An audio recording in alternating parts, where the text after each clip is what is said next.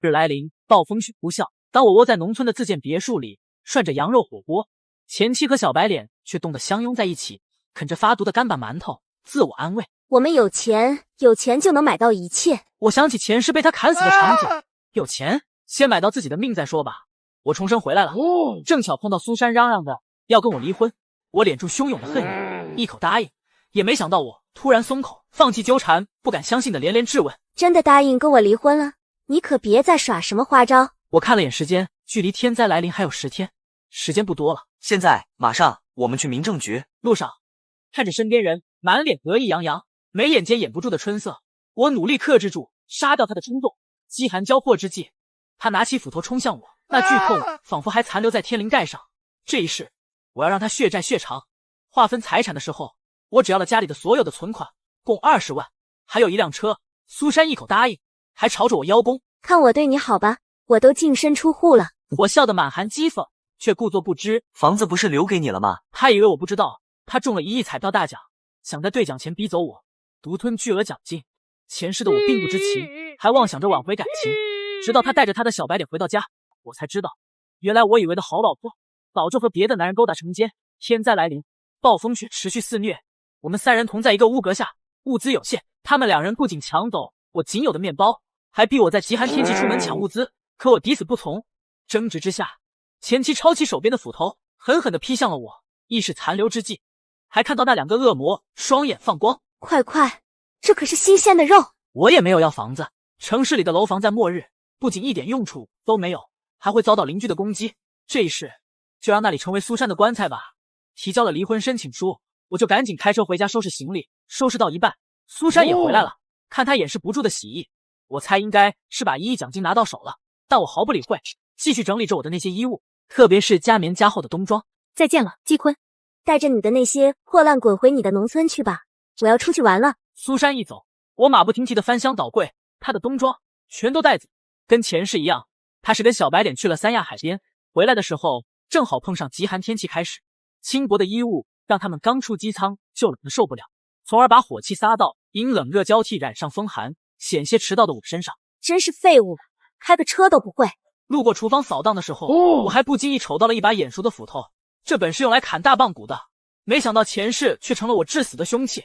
凝视片刻，然后顺手把它拿出来给放到了桌子上。最后我环视了一眼这个看起来没什么变化，实则空空如也的房子，给几个关键的隐蔽位置装上了实时监视器。处理完毕，我带着东西开车连夜赶回市郊的农村家里。见到爸妈，我的泪立马忍不住流了下来。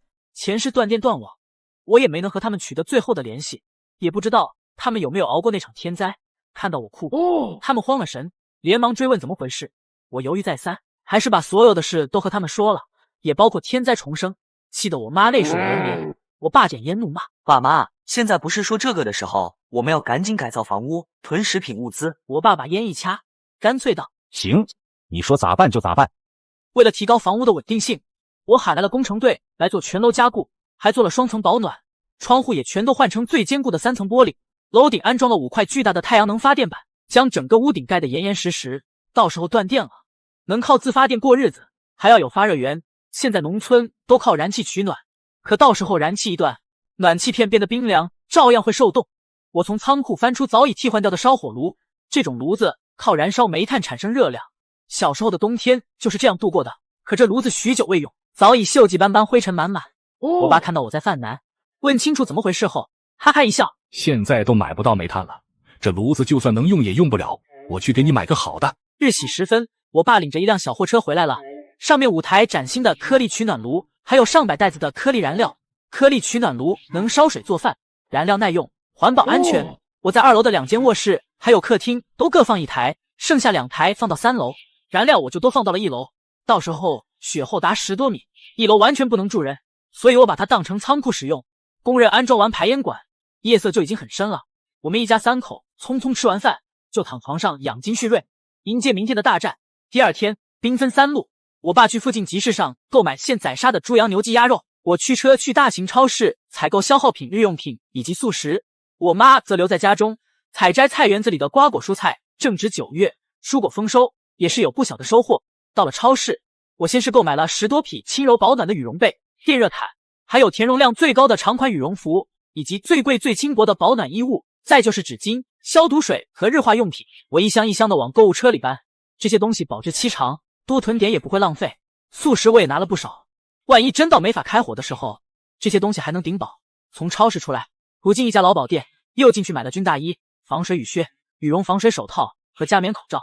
按照我的预测，如果顺利熬过天灾，天气会变得更冷一段时间，到时候还需要人为的去铲除大量的积雪、融雪排水，这些都会用到。我开的是越野车，容量不大，往返3遍才把东西都拉回家里。我爸肉买的也不少，除了猪羊牛鸡鸭肉之外，还有各类骨头、鱼和活虾、螃蟹。正是肥美的时候，他也买了5箱子回来，还租用了5台商用冰柜，用来储存肉类。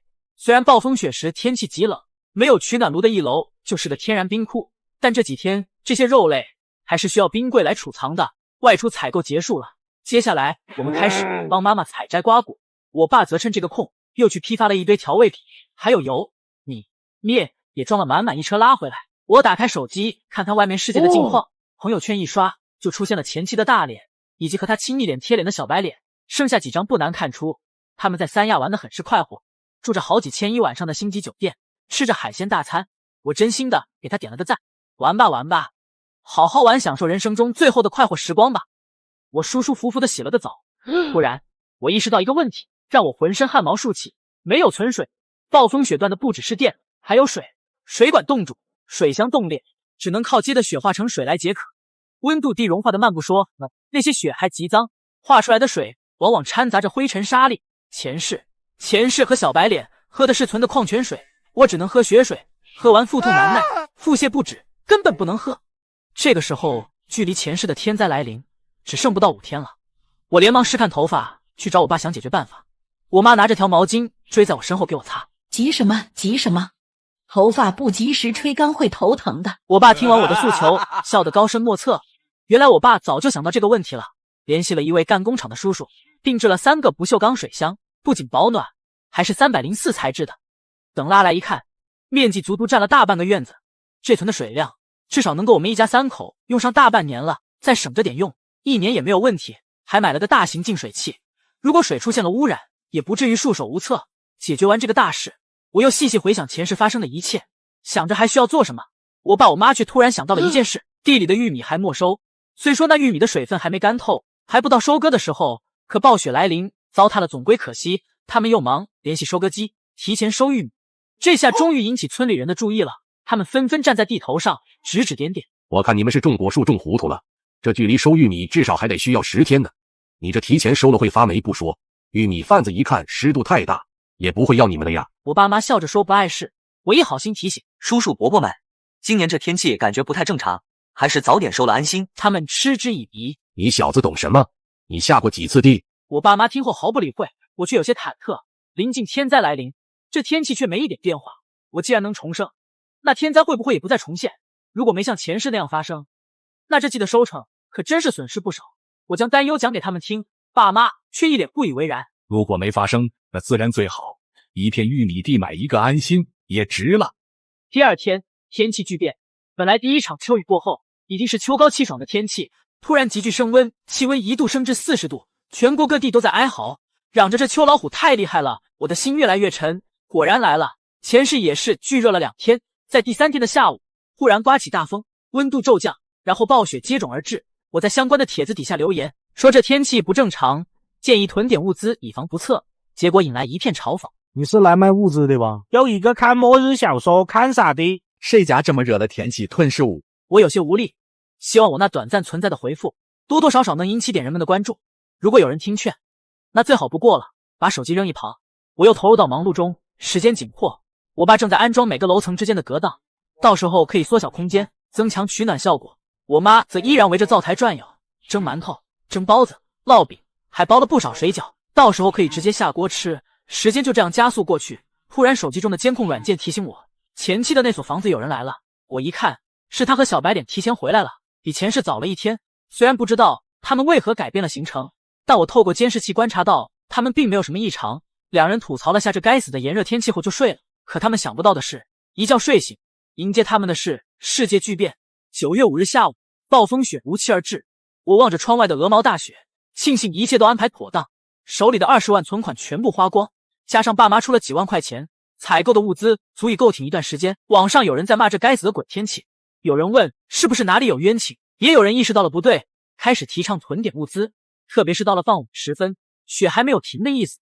越下越后，从卧室出来，想看看晚饭吃什么，可客厅竟空无一人。我跑到1楼，才找到了我妈，她止不住的朝门外张望。妈，怎么了？你爸他还没有回来。今天中午吃完饭，他看着起风了，就说要回你爷爷家拿点东西。妈，你先别急，我现在就开车去找爸。暴雪天能见度极低，同时地上的积雪也让人寸步难行。就在这时，幸亏我想得周到，早给轮胎加上防滑链，要不然啊，我到半夜才能回来呢。还挺有脸是吧？害得我和儿子快要吓死了。我爸也不猛，翻到车上往下搬东西。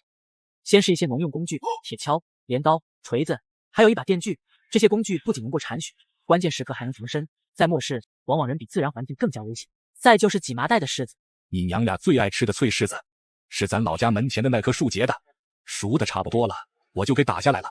不知是风太大了还是怎么的，我眼前被一层泪模糊了视线。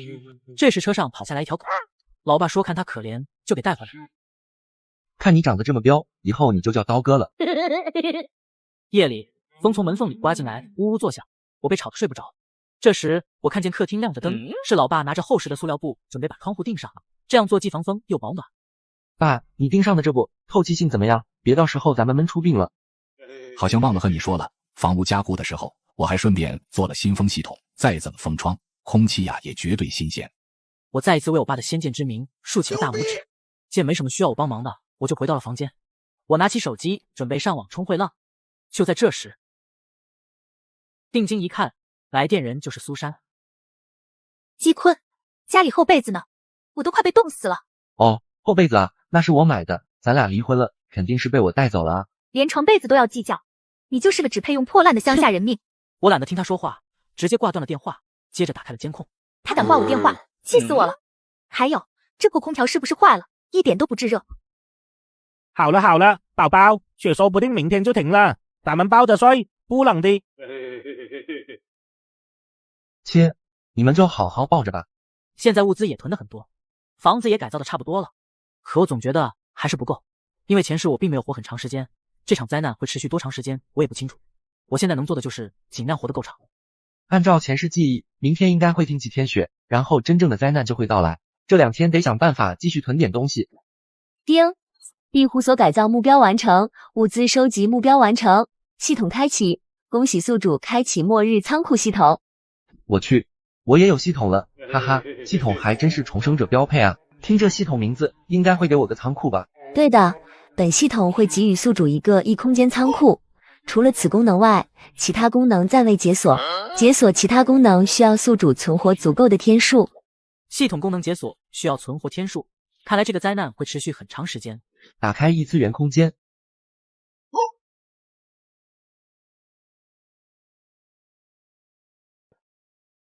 我勒个豆，这么大的空间能装多少东西啊？地方不够的问题解决了，现在要做的就是尽可能多囤点东西。缺钱啊，还得想办法弄点钱。明早和爸妈商量下吧。本次暴雪天气已过，后续天气将持续转晴。爸，现在回温只是暂时的，2天后真正的灾难才会到。生怕老爸不信，我又加了句：我说的是真的，你要相信我。闻言，老爸笑笑：怎么会不信？你是我儿子，我是你老子，我不信你信谁？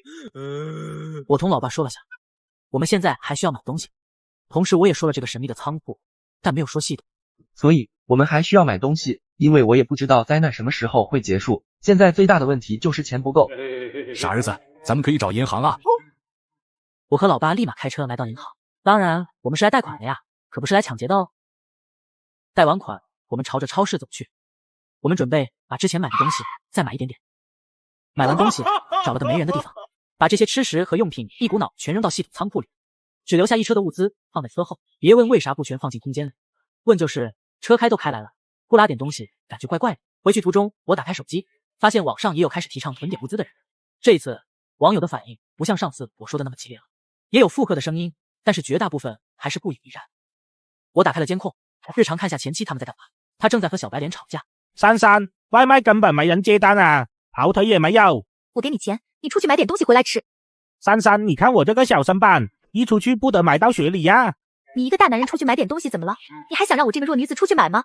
凭什么每次都使唤我？我把话撩着了，我使劲则就是饿死，使外面从这跳下去，不会去买一点东西。使劲则，你再说一遍。接着他们便吵了起来。看了一会，我就退出了监控。不一会车也开到家了。下车后，我便和老爸忙着搬东西。卸完东西，老爸负责去停车，我负责搬进家。哇，好多吃的啊！妈妈，我想要吃。哟，小鸡啊，你家这是要把这些东西卖掉吗？我仔细看了看，来人是住在我家隔壁的老王媳妇，我们喊她王姨。你看看，之前你们囤东西的时候我就说过别买，这个雪一会就停。你看你们还不信，买了这么多，现在卖不掉了吧？我刚准备说话，他便又开口了。我家儿子想吃你的零食，你家有这么多，给我儿子吃点吧。我就想吃点东西嘛，至于说这么多话吗？我打开手中的泡面，拿了2桶。你怎么这么小气啊？这么多箱，直接给1箱呗。咱们邻居这么多年。臭不要脸！见我没有动，他便直接上手来抢。你怎么这么小气啊？这么多箱，直接给1箱呗。咱们邻居这么多年。王姨，你这直接抢不好吧？而且这是我花钱买的，我想给就给。你跟一个孩子计较啥？尊老爱幼懂不懂？他还小，你就应该让他。我又不是他爹，为啥要让着他？做人呢，不要斤斤计较，吃亏是福。那我祝你福如东海，寿比昙花。就在我们争执不下的时候，一个人影飞了出来。何方宵小，休伤无耳。哎呦，这不是小王吗？我看有人欺负我儿子，一不小心就踢了过来，没伤到你吧？你看我下手也没个轻重的。你绝对故意的。我年龄大了，身体不好，还有心脏病，你可别跟我计较啊。而且老话说得好，吃亏是福，你说是吧？你欺负人。儿子，把那箱泡面给你王姨，让你王姨回去补补。好的爸。回去吃泡面喽。你个小没良心的，妈都没吃的重要是吧？你别跑。姜还是老的辣，老爸还得是你。那是，对付这种人就得用这种方法。小插曲过后，我们把物资搬进家，将仓库的绝大部分食物放进一空间，只留3个冰柜里的食物没有放进去。忙了一天，我妈晚上包了许多饺子，吃完洗了个澡，然后便早早睡去。第二天一早，我便被一阵吵闹声叫醒，出房门便看见一些亲戚在客厅和爸妈说着什么。二舅，听说你家最近中彩票了，听街坊邻居说，你家最近又是买各种吃的，又是修房子的。二舅你也知道，我上有8岁老母，下有80岁女儿，穷的都揭不开锅了。二舅你就借点钱给我呗。还有我，就老爷借我点钱，我去给我儿子买个篮球，练习2年半再还你。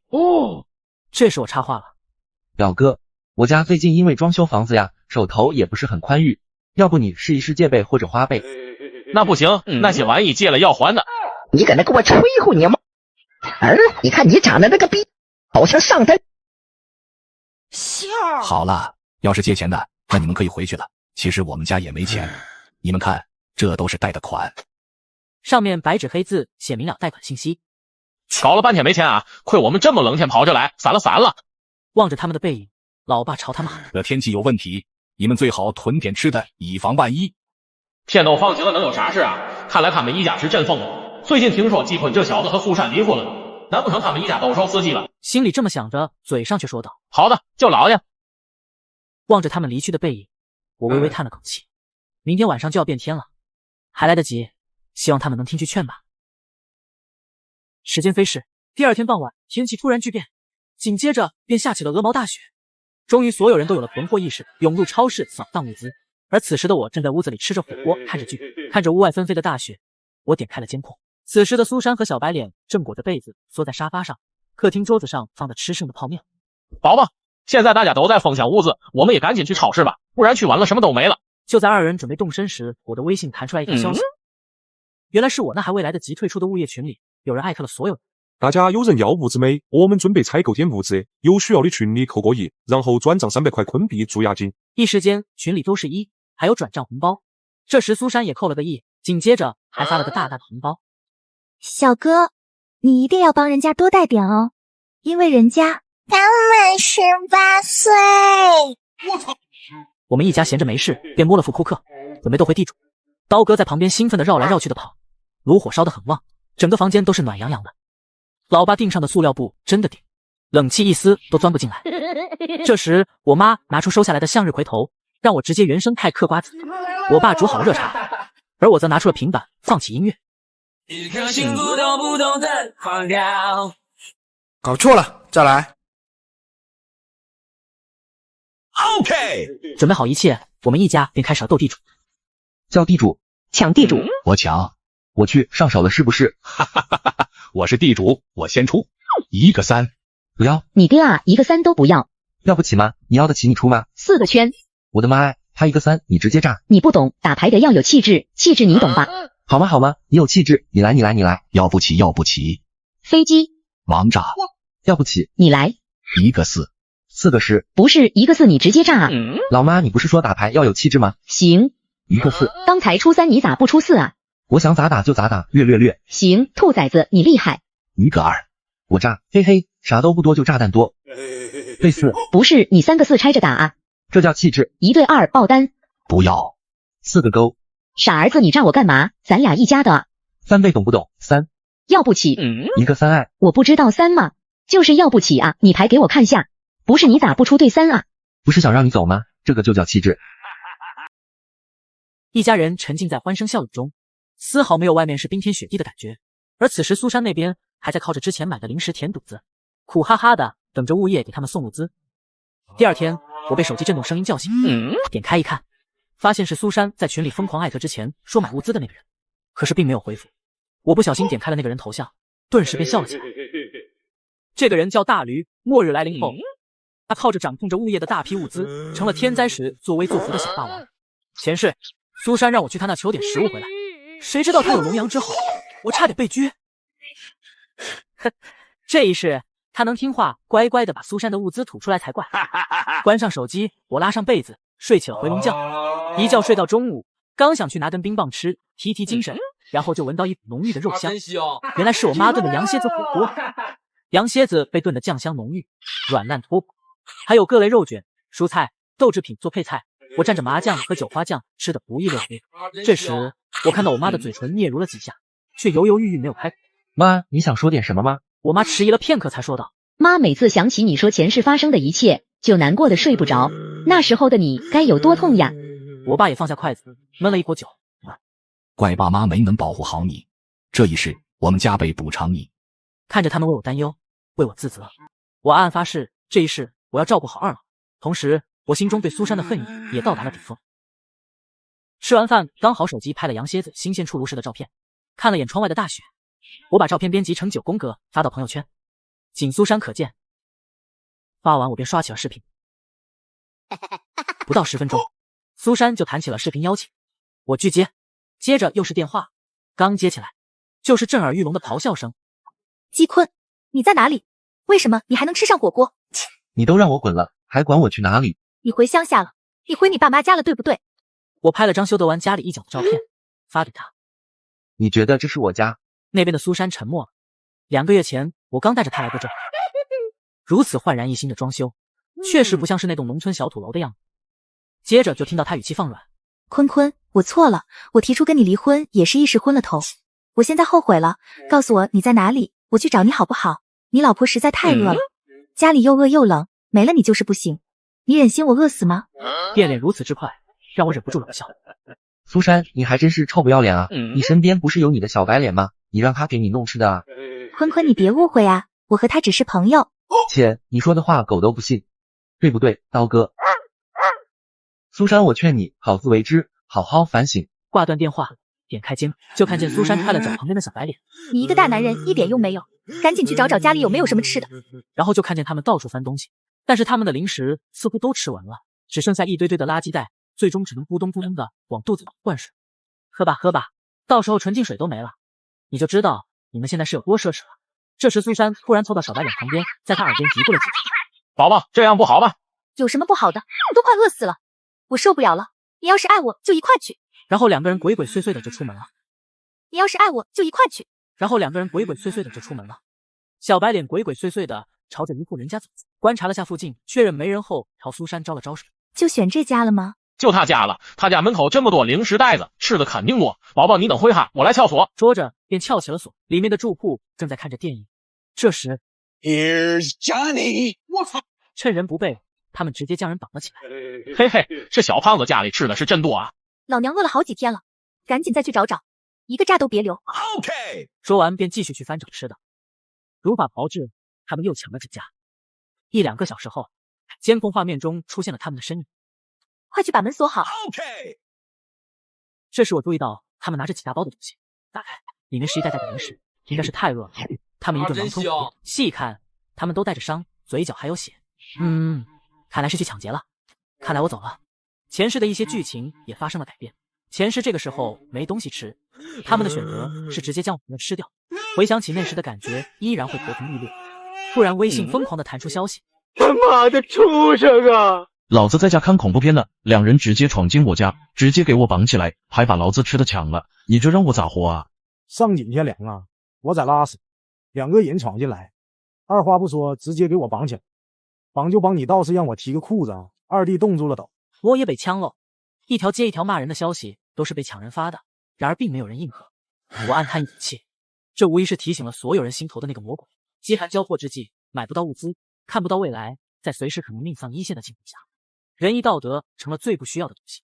有人开了头，其他人就再也无需顾忌。雪接连下了好几天，积雪已经达到了近2米，温度也降到了零下20度。虽然有妈妈美味的食物治愈，但时间也在枯燥的等待中变得漫长。就在这时，一声声敲门声打破了原本宁静的氛围。老吉呀，开门，是我，老刁啊！来人不是别人，是我们蔡徐村的村长刁德一。哟，家里这么暖和啊，不错不错。那个村长啊，你来我家有什么事吗？这是小鸡吗？长这么大了，上次见你才到我这里来。我来这也没有别的事，就是来争些吃的。大雪来了，村里都没囤吃的，大家都快没东西吃了，所以我合计了下，大家把家里的吃的都交到我家。我是村长，我来给大家统一调配，这样能保证大家都能活着。村长，我理解大家的困境，但这些粮食是我家辛苦得来的，我不能轻易交出。况且我家的粮食可能只够我的家人糊口。做人嘛，要大度一点嘛。这个时候我们应当团结一心，共度难关才对嘛。而且你家肯定有粮食，大雪来临前我们都看见你家囤了许多吃的。不对呀，农村家里面都应该会囤不少粮食啊。而且雪停那2天，我看见大家都在收作物啊。就算是天天吃大米，也不会这么快就吃完了。毕竟雪也才下1个礼拜。我爸说的一点不错，这粮食确实不会这么快就吃完。这时村长神色犹犹豫豫，支支吾吾的开口道：粮食吗？卖了。粮食吗？卖了。那个前几天来了伙城里人，他们以10倍价格收。长头发，专收长头发。他们以10倍价格收粮食，乡亲们就赶紧把地里的东西都收了，然后卖了。我们想着就是一场普通的大雪，把家里的存粮也一起卖了。我不知道该说些什么，千言万语汇成一句：傻逼。接着我说道：村长，实不相瞒，我家其实也没有粮食。那些说我家有粮食的都是谣言。之前雪不是停了吗？我们把囤的东西全卖了，想止点损，谁曾想大雪又来了。我爸看着我撒谎不脸红的样子，暗暗竖起了大拇指。依据我多年的经验看，这小鬼头应该在骗我。拜托，我超勇的好不好？我叱咤蔡徐村这么多年，主打一手老奸巨猾，好吧？想骗我，门都没有。看着他怀疑的眼神，我又说道：不信您来看。我领着他来到仓库。几天前，我在看完苏珊那边监控后，我立马把家里储存的食物放进空间，不怕贼偷，就怕贼惦记。我准备都装进去，但是我爸却让留一些下来。您看，就这点东西，我们自己家都够呛，实在是给不了。不对呀，他家不可能只有这点啊，我们只看见进，没看见出啊。难道他家还有地窖？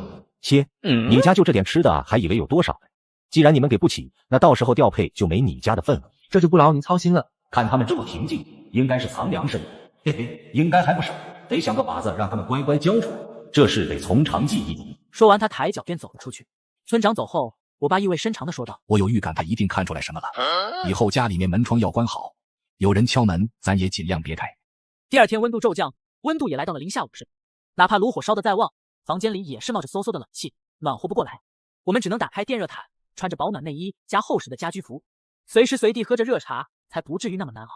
紧接着，另一个噩耗又来了，停电了，同时网络也都瘫痪，我们彻底与世隔绝。更没想到的是，安装的太阳能发电板并没有起到太大作用，因为哪怕发电板坡度再大，也被积雪淹没一半，加上天阴的不见天日，捕捉的太阳光微乎其微。幸亏我爸早已备好5台大型的蓄电池，以及我充好的10多个大容量充电宝，才不至于立马陷入困境。所幸暖炉是颗粒取暖炉，不需要电。本来想过晚上一家3口睡一间屋可能会暖和点，可打地铺实在太冷了，根本躺不住，外加上我爸呼噜声太大，这才作罢。寒冷的日子让一家人兴致都不太高，扑克也被收到一旁，没人再想去玩。这时我看见我爸手里拿着2样布满灰尘的东西，细一看，一个是收音机，一个是望远镜。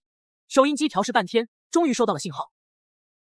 请各位群众不要担心，不要慌张，不要放弃希望，一定要积极自救。另外，电路问题在积极维修中，物资也在逐步发放。有了外界的声音，我们的心逐渐落到了实处，日子也没有那么难熬了。我妈做了麻辣风味的烤肉干，我边嚼边翻看漫画书，嚼累了就来一口刚出锅的糯米粘豆包，吃下去黏糊糊甜滋滋，这种感觉实在是太酷了。看得累了，拿出望远镜看看窗外的远处，虽然还是一片白茫茫，没有什么变化，但每次看心仿佛也跟着飞了出去。可没想到平静的生活在一个晚上被打破。凌晨2点，正是睡得沉沉的时候，这时2道身影正鬼鬼祟祟的摸过来。哎呀，大哥，快起来，不好意思压到你了。你小点声，别把他们吵醒了。话说你这是什么造型？嘿嘿，这不是第一次来偷东西吗？带上这个更有体验感吗？怎么说话的？别造谣好吧？咱们是来摸清楚他家吃的藏哪的，怎么就叫偷呢？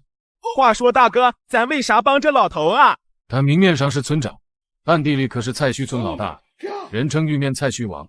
咱帮他办事，一是博个好感，二是咱们能顺手顺点好东西。他家就3个人，其中2个还没有战斗力，这部手拿把掐。还是大哥聪明啊，不像我只会 up and down and up and down。哦你妈个头啊！哦你完没完啊？说正经的，你那边有能进去的地方吗？没有，我这边窗子都锁起来了，而且那个窗户好像还改造过，梆梆硬。破窗也不行，声音太大会吵醒他们。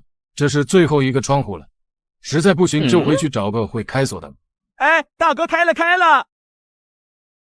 不错不错，今晚给你加鸡腿。好了，别乐了，快进去吧。话说这什么破天，冻死人！难道世界末日是真的？嘿嘿，大哥咱真进来了。嘿，他家还挺暖和。嘘，小声点，赶紧去找。说完，2个人便鬼鬼祟祟的向外摸去。我左边，你右边，咱俩分头行动，找到地窖，咱们厕所汇合。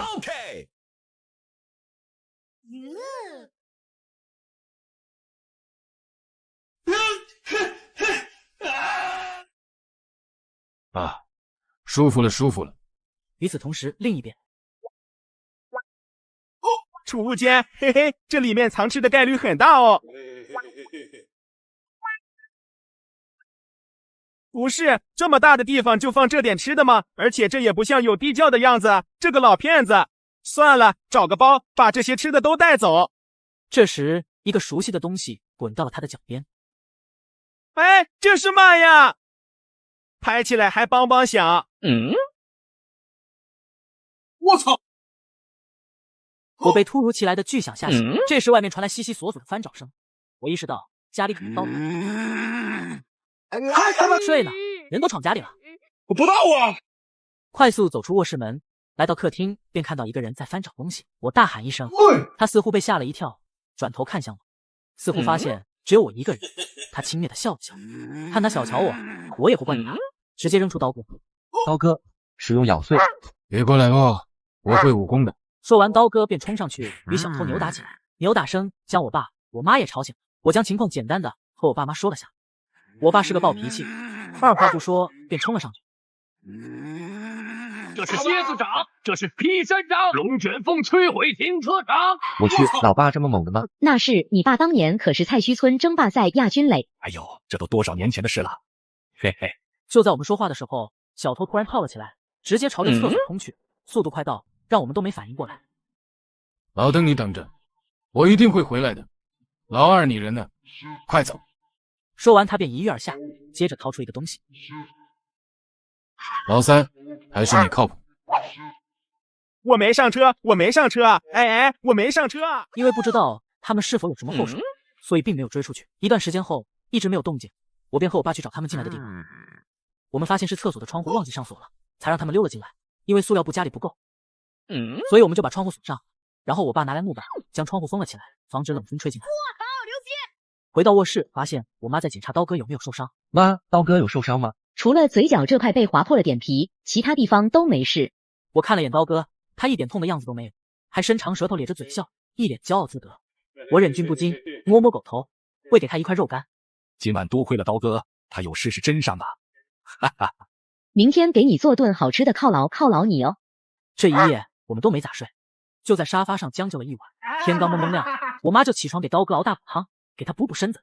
我跟我爸则用望远镜谨慎地观察了一下劫匪的来路以及方向。这两个贼应该是从那边来的，血迹到2楼了，他们很容易就能爬到这，正好这个窗户没有锁，他们就进来了。老爸，我觉得这两个小偷和村长脱不开关系。首先他们进来什么都没拿，反而感觉有目的的在找什么，而且还是在村长来完家后才发生的事，这一切不可能这么巧吧？不过也没事，就算给他们找，他们也找不到什么。话虽如此，咱们也要做好防护措施。我爸眉头皱了半天，然后突然想到了什么，直接朝着仓库跑去。接着就看见我爸从仓库找出30多个大型老鼠夹，这本来是用到果园里的，我爸之前怕它威力太大夹到人就没用，现在正好派上了用场。我爸将它们围着房屋放了一圈。老爸，你这确定能夹到吗？只要雪在下的厚度不超过人的身高，就总能踩到。如果超过了也没关系，拿出来再放就是。嘿嘿，我看这次他们敢不敢再来。放完，我们便去喝我妈熬的骨头汤。就在这时，一个好消息终于来。在我家，当我们正沉醉于骨头汤的美味时，屋内的灯光突然闪烁，随后整个房间被照亮。电来了，我爸反应最快，直接朝着我们喊道：“快把蓄电池和充电宝都拿出来充电！”说完，我们全家立刻行动起来。不一会儿，所有的充电设备都已接好，看着设备重新充满电，我不由得感叹国家电网的强大与。我按下手机的开机键。美国有苹果，中国有菠萝，菠萝手机。屏幕亮起，显示着熟悉的桌面。检查了一下网络，发现网络也已经恢复了。咦，停电的这段时间，监控录像一直在录制吗？原来是带有电池的监控仍在录制着视频，并自动储存。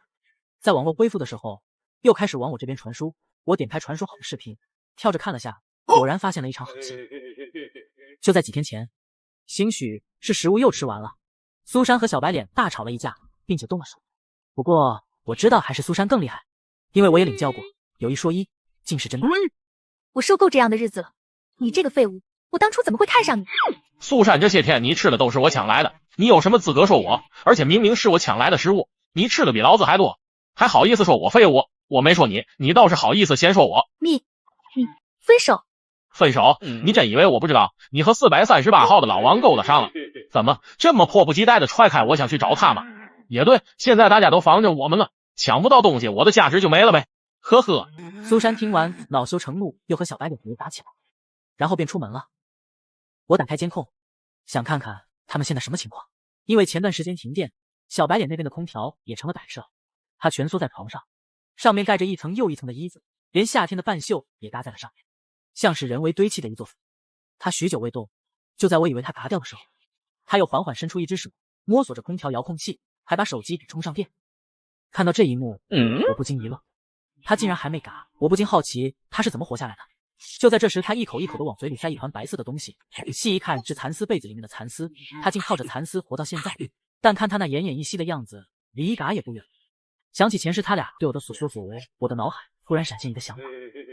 我向小白脸打去视频电话，他拒绝一次，我就再打一次。在我这样一直拨打下，他终于接了。你干嘛？